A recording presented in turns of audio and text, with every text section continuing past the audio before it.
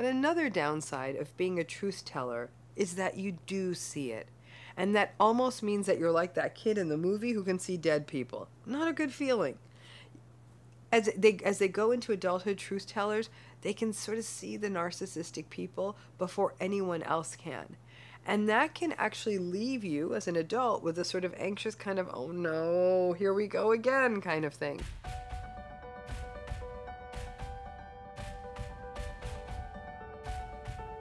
So we've been doing sort of a series of videos on the family roles, like golden child, scapegoat, and all of that. But the question for a lot of folks is like, they're like, yeah, I was like this as a child. But what happens to the people who hold these different family roles? And so this series of videos is going to break this down sort of role by role, and this idea of what happens to them. In this particular video, we're going to take on the role of we're going to take on the issue of what happens to the invisible child when they grow up. Like, for a minute, let's just review what the invisible child is about. These are the children in the narcissistic family system who are almost sort of forgotten and certainly overlooked.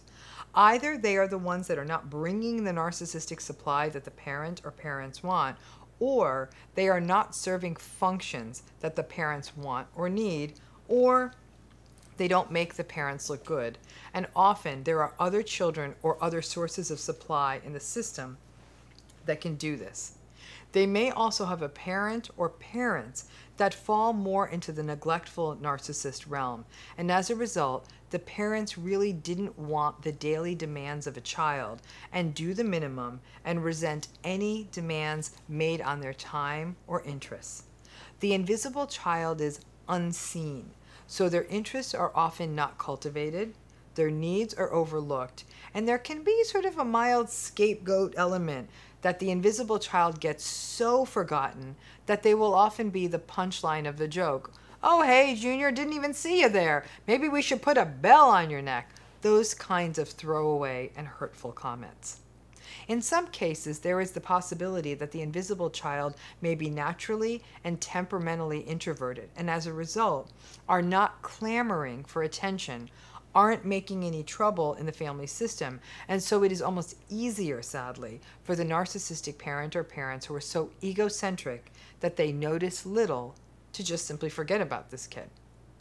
The invisible child may also internalize the message that being sort of unseen and quiet may be what the parents want, so sadly, they may think that remaining invisible may just be the only path to getting loved by these parents. So let's break down some of the good and the bad that this invisible child legacy can raise. Let's get the tough parts out of the way, okay? The invisible child in some ways does have a gift. In a narcissistic family system, it's better to be the invisible child than the scapegoat, obviously, because the scapegoat takes on much more overt abuse. And this, actually, watching this happen to the scapegoat, can reinforce the value of invisibility to the invisible child. The invisible child may rather cannily assess the situation and feel that to not be seen around here is a hell of a lot safer than being seen and mistreated. But this can reinforce a not wanting to be seen in general, just in the world at large. There can be an invisibility the invisible child takes into life as a whole, into school, into peers, into how they present themselves as they grow professionally. And to be an invisible child also means a narrative of, maybe I'm not worthy of being seen. If your family can't or won't notice you, it can literally feel like hubris to believe that this will happen elsewhere. So it can shape the sense of self-worth of the invisible child of, it's okay, you can skip over me, I'm not that important. Some people may be quick to write the invisible child who becomes the somewhat invisible adult as shy, socially anxious, or uncomfortable, being the center of attention. But if the prevailing narrative is that you really don't bear being noticed, and there is a slight safety in not being noticed, it can render a self-narrative that I am not worthy of being seen. Not being seen over time can leave a person, again, feeling unworthy, diminish self-esteem, and limit a person's ability to advocate for themselves and create safety in the world. To be invisible can steal your voice. There's also an anxiety that can surround the invisible child. They may be uncomfortable with being seen. Now remember, in a narcissistic family system, for most children, except maybe the golden child, being seen was not always a good thing. So there may be an anxiety for the invisible child when they're seen, and when they are seen may become fearful, like, oh no, when you get noticed, that's when things really go wrong. And sadly, again, because educators and school systems do not understand narcissistic parents and how they affect children and how that manifests in the classroom, they are more likely to write the child off as pathologically shy or socially anxious and make it about drawing the child out or writing the child off as immature, rather than recognizing that the child is never seen at home and being seen may feel risky for them even at school. The invisible child may also internalize the message that their interests are not worthwhile. So while they have interest in any number of things, without their interests being seen and cultivated as a child, they may not be able to figure out how to execute that vision, foster those interests, or elevate them via education.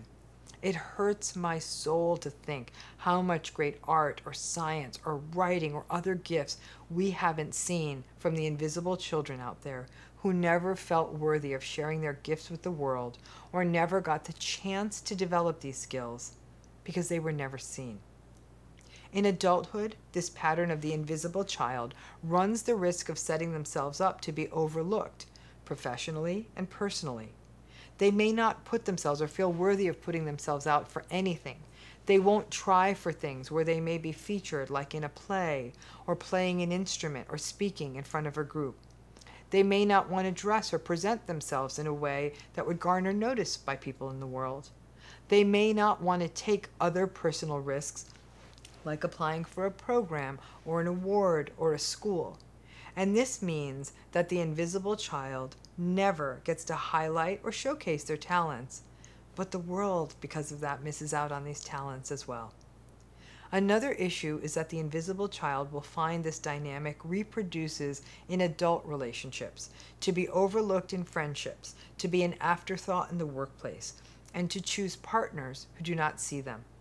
The invisibility becomes part of their identities, and that can lead them, their needs, their wants, and their hopes to get missed because this dynamic gets replicated.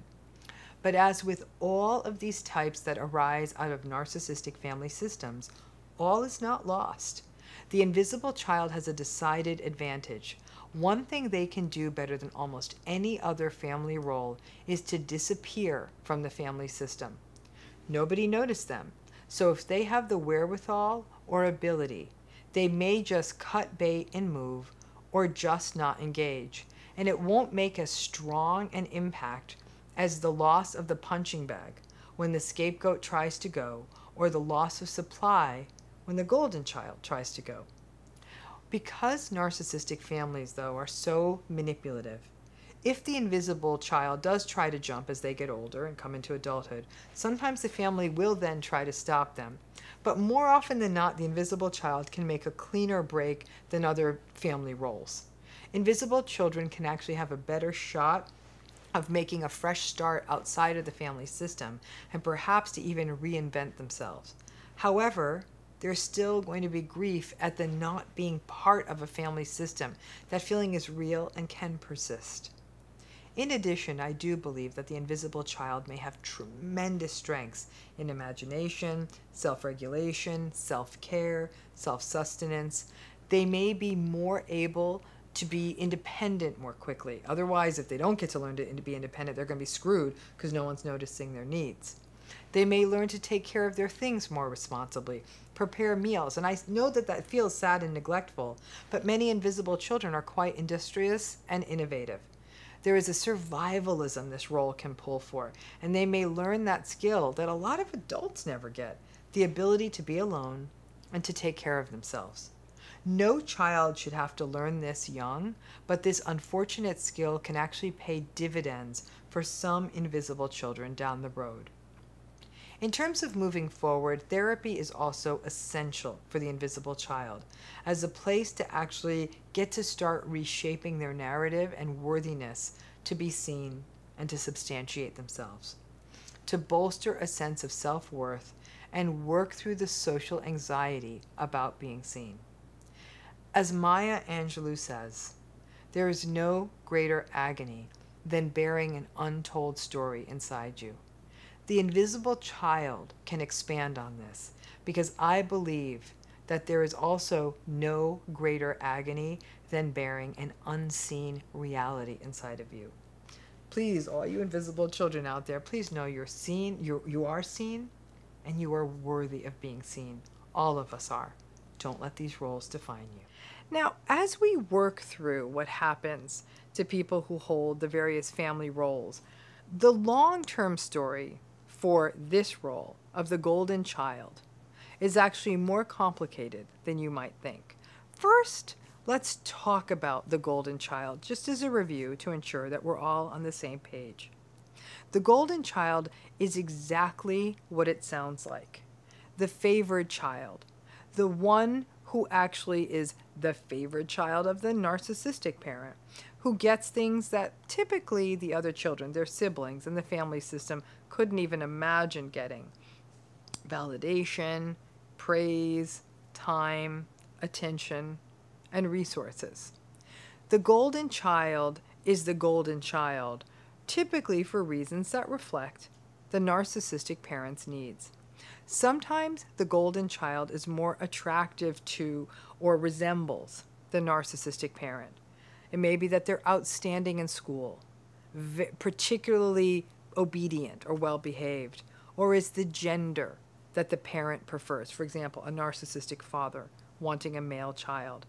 They may be an excellent athlete or succeeds at some activity that matters to the parent, perhaps as a musician or a dancer or as a chess player or a soccer player or a computer whiz.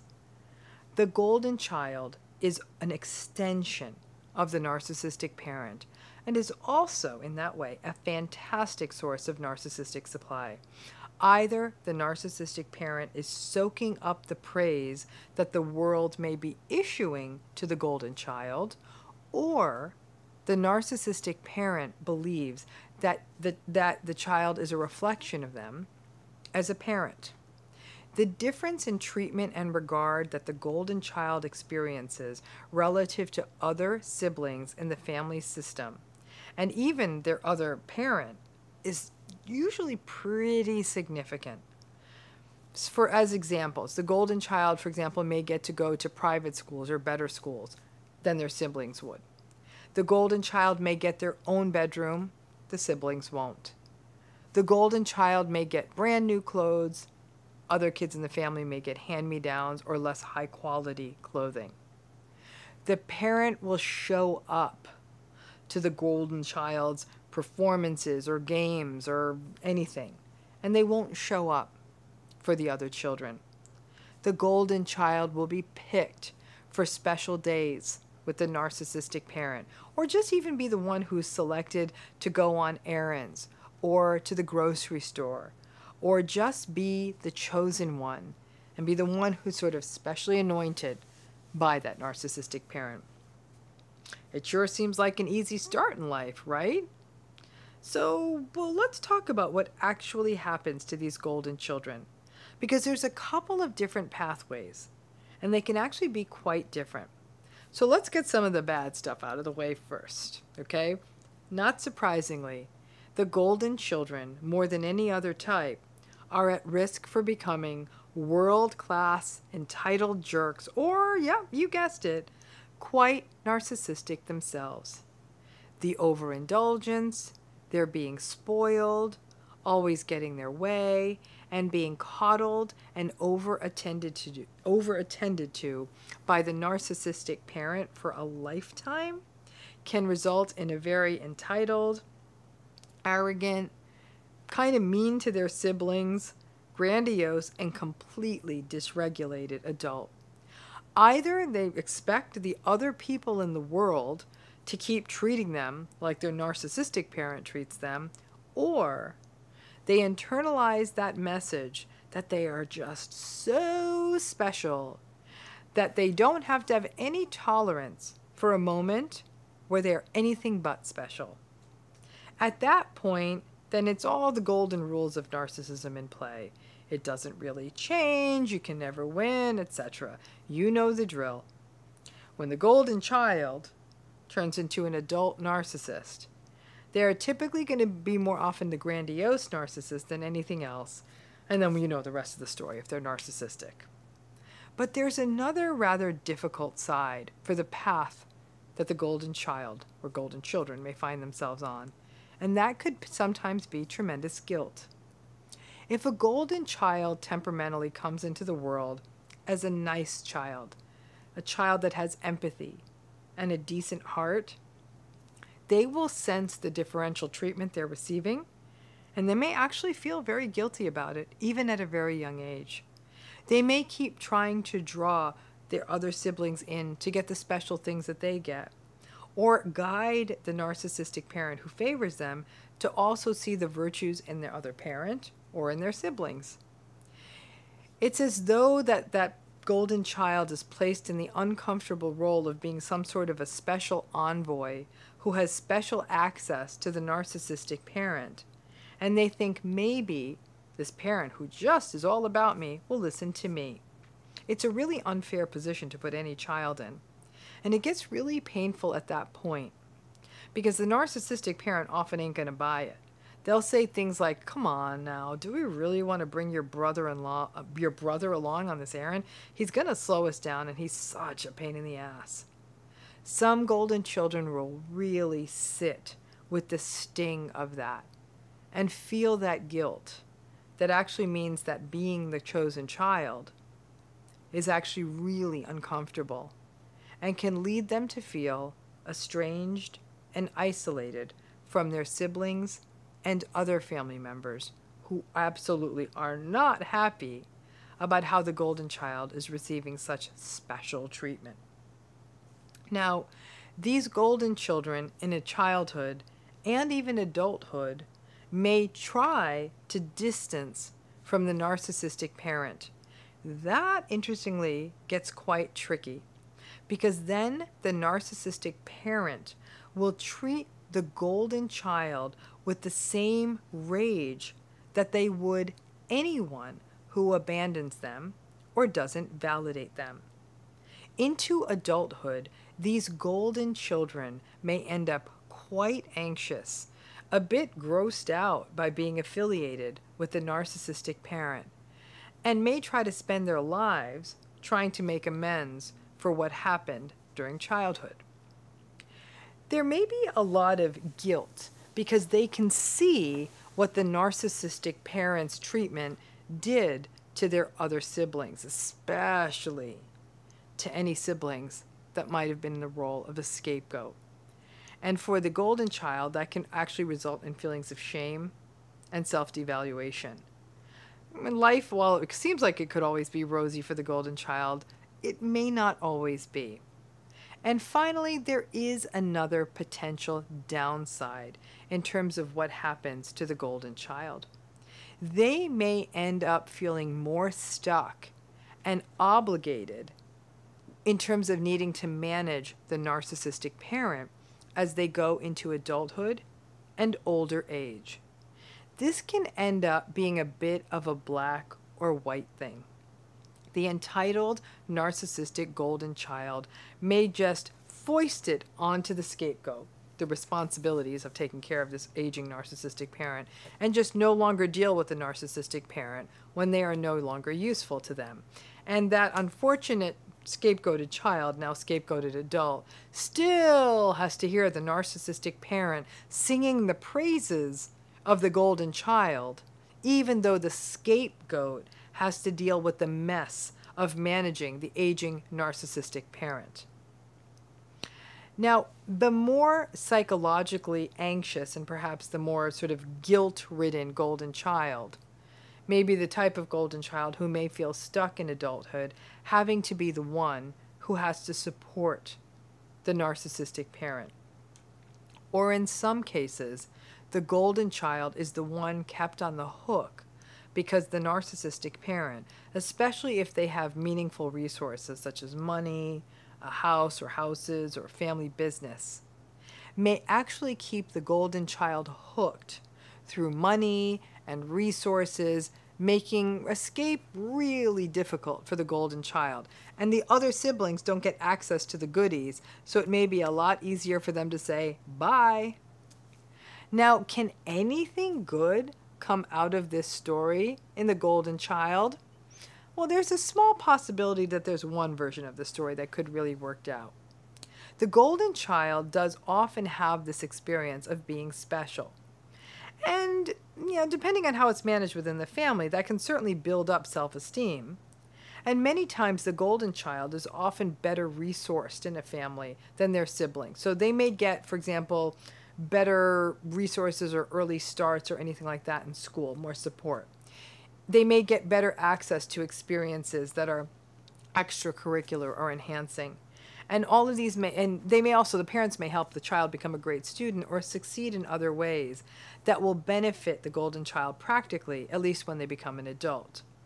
The balancing act then becomes to have a well-formed sense of self, but to keep it realistic, not be grandiose, and not buckle under the guilt if siblings were involved. And that alignment of the planets is pretty damn rare. Sometimes, rarely, but sometimes golden children may get the last laugh. They achieve what I call the gold standard of golden children. The golden child is raised like a thoroughbred with every resource poured into them, and then may actually succeed, and may then understand the toxicity of their narcissistic parent, and then may use their success to also be there for their siblings and support and foster them. Now, that's a lot of thens, a lot of maybes, and a lot of conditions. But it's possible, in some cases it could happen. And the stronger infrastructure building that resulted in that golden child, and maybe even a stronger start for the golden child, could result in them paying it forward to their other siblings. But it becomes really crucial that the golden child not enable the narcissistic parent or gaslight their siblings or even their other parent, all of whom had very different childhoods and lives than the golden child did. It doesn't matter what your role is, from scapegoat to golden child to invisible child. Having a high conflict, antagonistic, entitled, narcissistic parent takes a tremendous toll on a person. Narcissistic parents manipulate, no matter what type the child is, and even for the golden children, who may be on the receiving side of a better situation, growing up in the midst of gaslighting, rage, manipulation, and invalidation, even if it's not happening directly to you, always takes a toll. Golden children, it's not an easy role. Either they really go over to the dark side and really become, frankly narcissistic, or they carry a legacy which people might have seen, especially people close to that family system, might have seen as being privileged and easy. But it's actually a heavy burden to bear. And oftentimes, it's not what the child asks for. For the golden child to cut the narcissistic parent off, or even ask them to do things differently when they're in childhood, it's a lot to ask of a child. Because that golden child will face the same wrath as anybody else who tells that narcissistic person no. The path to recovery, as it were, for the golden child is to advantage the gifts that they were given and pay it forward. Sadly, for a variety of reasons, that doesn't always happen. It's easy to romanticize the golden child and say they've always had an easier run. That's not always been the case. And for those of you who were golden children, feel free to drop down in the comments if any of this was consistent with your experience. What happens to the truth teller? We've talked about the family roles. You're all pretty clear on what they are, but I will offer a review. But now once you know you've had those family roles, and many of you have had more than one, the question is, What kinds of risks did this set me up for in adulthood? Now, in many cases, I might be preaching to the choir because you're living this, but also if you're going through this and you're worried about this for your children too. Now, the truth teller is a role that many people hadn't heard of, like unlike the golden child and all of that. But when people heard this role, a lot of people recognized themselves in it. The truth teller could probably be better termed the truth seer, because lots of truth tellers don't or can't say anything, but you can sort of see it in their faces that they get it. So let's talk about, just a review, what the truth teller or the truth seer is about, and then let's talk about the various pathways that sort of unfold for them. The truth teller is the child who at a relatively early age in a narcissistic family system gets it and sees it. At some nascent level, they are the child who sees that what is happening around them is simply not cool. They see it as manipulative, even though they don't know the word. It's as though they can see the narcissistic parent's inadequacy and insecurity, and they know that the gaslighting is gaslighting, and that they know the manipulation is manipulation. And in this way, it's interesting, even at a relatively young age, the truth teller child already is sort of ahead of the curve. They're doing the deep technique, you know, the don't engage and all of that, without knowing it is a technique. It's like they almost cellularly know to not defend, engage, explain, or personalize. Gray rocking and firewalling almost come naturally to them. Not all of the time. I mean, obviously, just like any child, they want to be heard and seen, but pretty early in the game, they recognize that that is not likely to happen with these parents. There is something in the truth teller child's eyes or face that almost lets the narcissistic parent know that that truth teller child gets it. For that reason, even without saying a thing, many truth teller or sort of truth seer children can easily become the scapegoat. The parent doesn't like this feeling of sort of being seen for what they are. The truth teller / truth seer child has to take on some very uncomfortable roles as they go through childhood. It's interesting. At one level, the truth teller children, they can actually be quite soothing and protective of their siblings, especially since most of their siblings wouldn't understand this. They can let the siblings know that it's nothing that's happening is their fault and that the parent is in the wrong.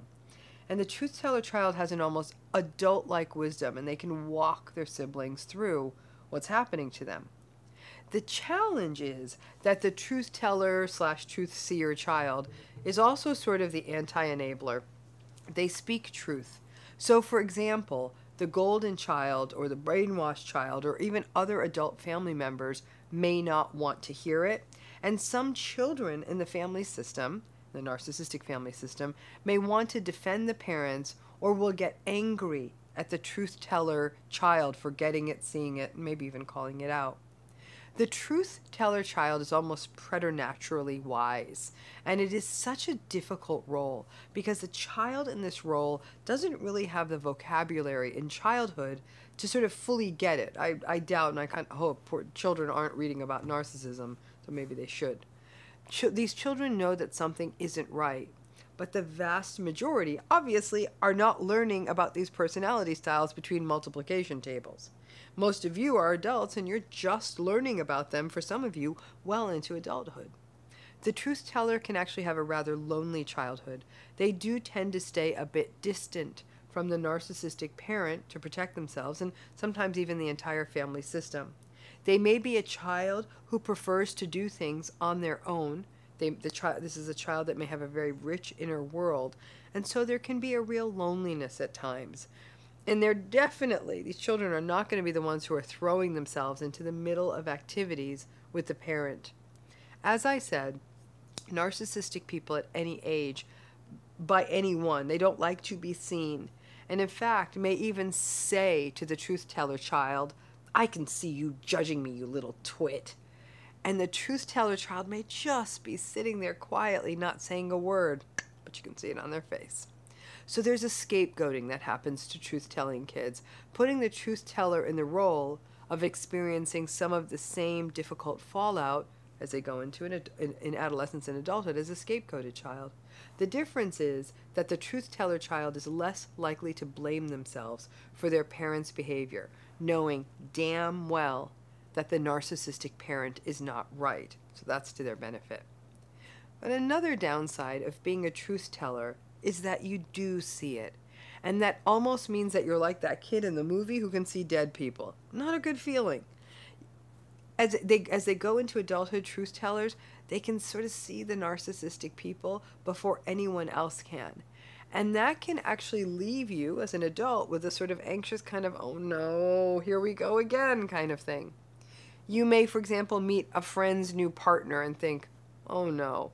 You may meet a new colleague at work, and again, that anxiety, oh no.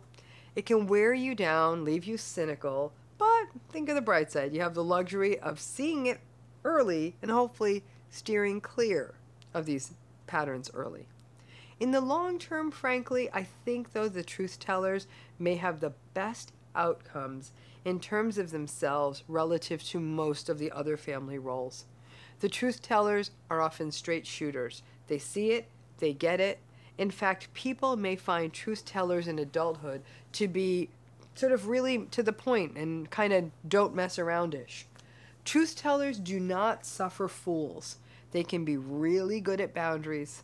Truth tellers tend to have good instincts. They honor those instincts. They can see an unhealthy situation and step back and not engage. The majority of adults don't get here. The truth tellers got here in childhood. Now, what trips up the truth teller, though, however, is self-doubt. Even the wisest child doesn't do great with everyone telling them that they're wrong or simply just being ignored by their family. Even the other family role types are at risk to fall into enabling roles, especially with the parents and especially the fixers and the helper child. They'll say things like, Mom didn't mean it, or they're just having a hard day, or stop being so difficult, or they're going to get mad. So the truth teller may be carrying a legacy of being left to feel like they're the ones with the problem. Depending on other dynamics in the system and the truth teller child's temperament, that can lead to self-doubt or even social isolation in adulthood, because it can feel like people cannot be trusted. The truth teller may often wonder, they may say, my instincts tell me that this situation isn't good, but everyone else is telling me to just go along. You hear that enough, you doubt yourself. And this self-doubt can plague the truth teller, who will either internalize it and keep doubting themselves, or just become really avoidant of people because people just feel too messy. Now, the truth teller is the family role that is the most likely to cut away from the family situation. They are the ones who see it, perhaps even sense at an early age that none of this is ever going to change, and they get the hell out of Dodge.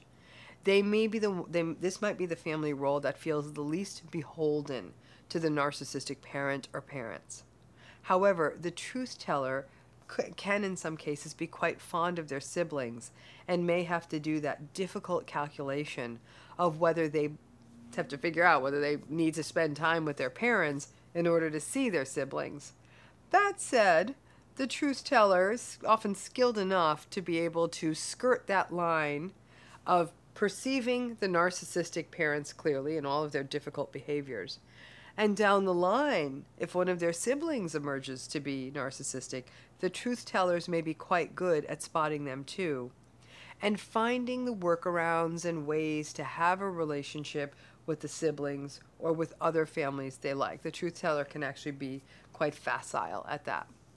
Listen, the truth teller is somebody who often, though, can also be viewed as a buzzkill, as a critic, as a person who's overly harsh. Some people may even label the truth teller as being judgmental or full of themselves. All of that obviously goes back to enabling. The fact is, if you really know and you understand narcissism in our world, it means that you really can't live in those warm and fuzzies anymore. And the truth teller's existence and sort of knowing means that they'll often call out those warm and fuzzies and say, you can all be warm and fuzzy, this situation's not healthy. Because of this, the truth tellers are often the ones that people may reject initially, Down the line, they may see their wisdom, but honestly, how many times can the truth teller live in that world of being perpetually rejected because they detect the painful truths that other people don't want to see? Being a truth teller requires a person to be resolute as an adult and recognize that the toxic positivity brigade and the enabling brigade and the Pollyannas are just never going to be a fan of them. It's interesting. The truth teller can sort of, over time, be kryptonite to the narcissistic person's powers. They live a sort of fundamental truth. You can survive, I really do believe, not only survive, but thrive in a narcissistic world if you are willing to see these patterns clearly. Once you can honestly see it and not maintain false hopes of change or that you will be the exception, then you can actually coexist with the narcissist without getting too burned. But you will, more often than you'd like, get exhausted and at times even feel disgusted. Somehow, the truth teller has this ability to see all these patterns clearly from the very beginning. These are often introspective, smart, empathic children who grow into empathic, smart, introspective adults. Truth tellers can become amazing advocates, therapists, agents of change because they see it clearly and they don't enable it. The truth tellers, I guess, in their fashion, are the anti-enablers. The world definitely needs more truth tellers, but I recognize it takes a toll on them. And if you are one of them, I really tip my hat to you. It wasn't an easy path. Yet you are the ones who I believe are the only reason we will ever have a chance at a population level of pushing back on this trend of toxic people. So good luck to you, truth tellers. And if you are a truth teller, drop that down in the comments and let us know, or let me know if this is actually true of you. I can't think of a term on this one, but so I came up with a new one, but I can't think of a term that was fully not gender linked here. Calling this the hand person actually sounded a little bit pervy. So maybe we could think of this as being the helper child. I do want to ensure that the language describing this type is inclusive, but while also hitting the tone. So this family role, this type, the helper, the handmaid, call it what you will. I'll call it the helper in this video. This is the child who is always the doer, the helper. This is often an overly parentified child, a child who is often made to or is looked to or just takes on the role of doing stuff that is either beyond the reach of a child that age, or they're being asked to do these roles and duties at a frequency that is excessive for a child that age. Many times, this helper child is the one who will run around doing stuff because there are the silent expectations or perhaps even the hope that if I do enough stuff for the narcissistic parent, they will finally be happy, or at the very least, they will be less rageful. The helper child will often, at a very young age, have to learn to cook meals, clean the house, bring the parent their coffee, and may even help with younger siblings. They are very much a pleaser and will also be quite good at keeping their corner of the house very clean and tidy, and will often clean up after others. This can happen in big families or not so big families. Helper children can be older siblings who are enlisted to help with younger siblings, for example, so as to keep those younger siblings quiet and out of the way of the narcissistic parent.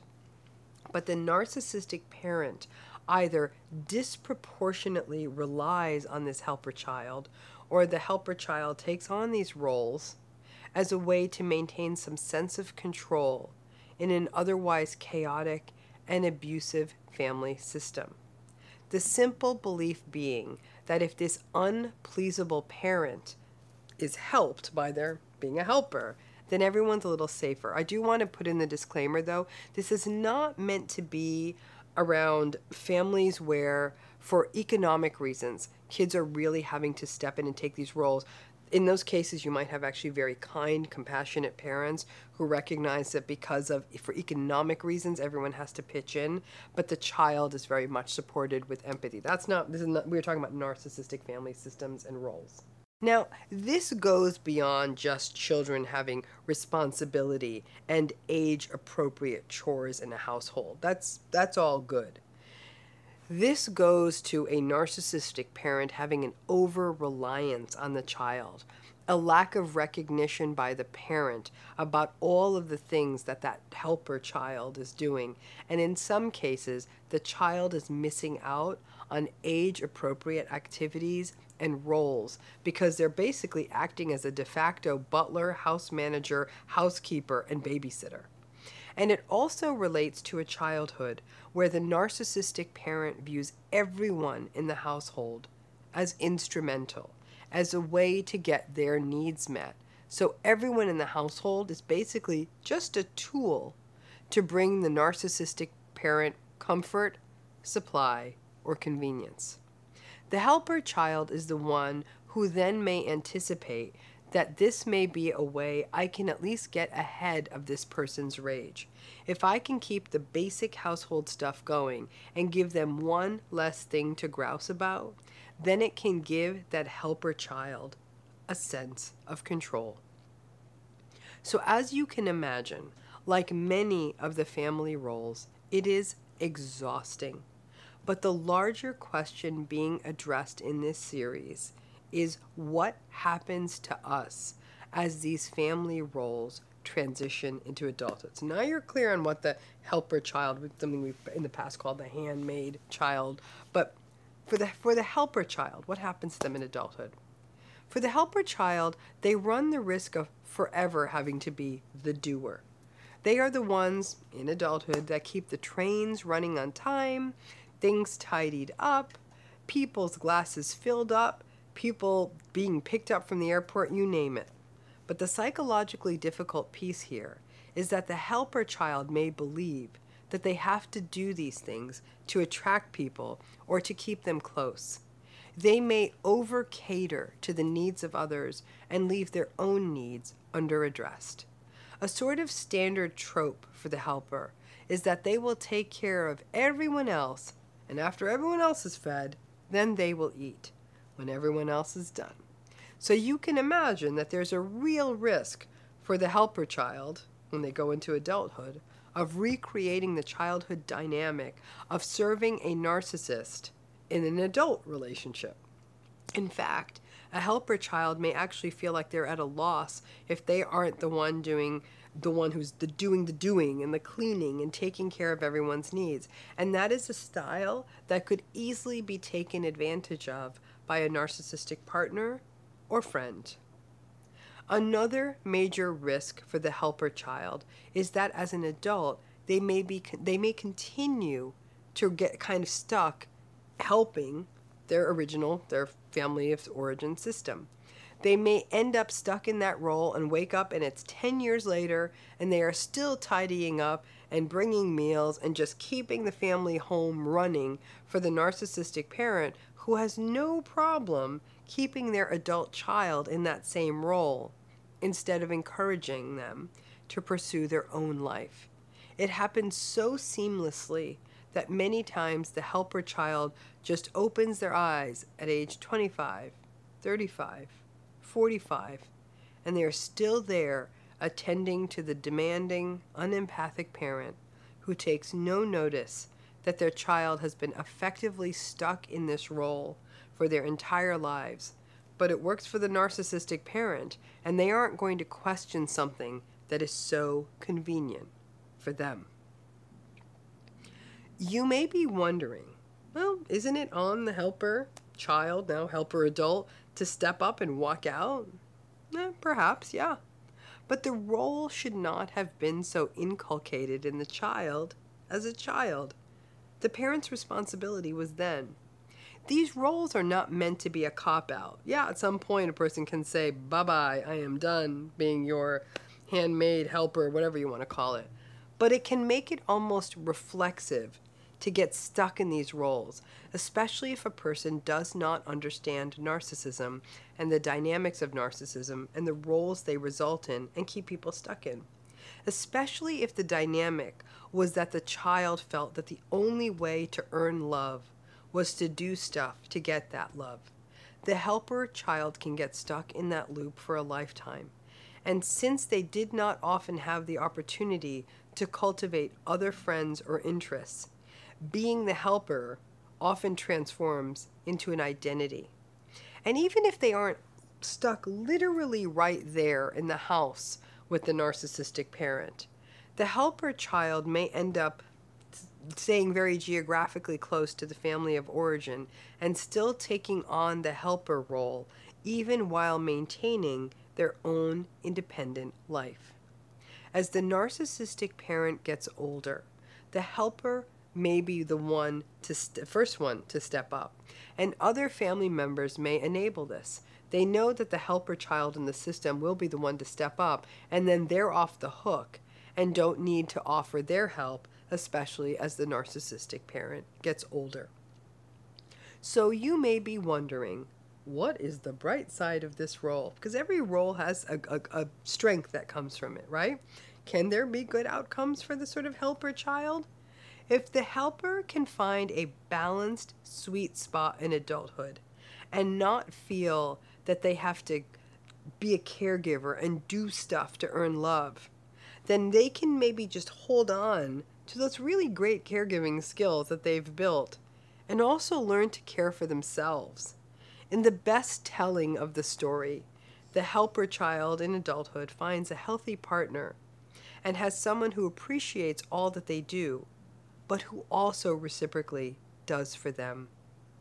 The helper is often a tremendous parent, can be very empathic with friends, but the key is that those around the adult helper child be empathic enough to tell their helper adult friend now to put on the brakes and to be kind to themselves, that they are with people who do not take advantage of the helper's tendency to take care of everything.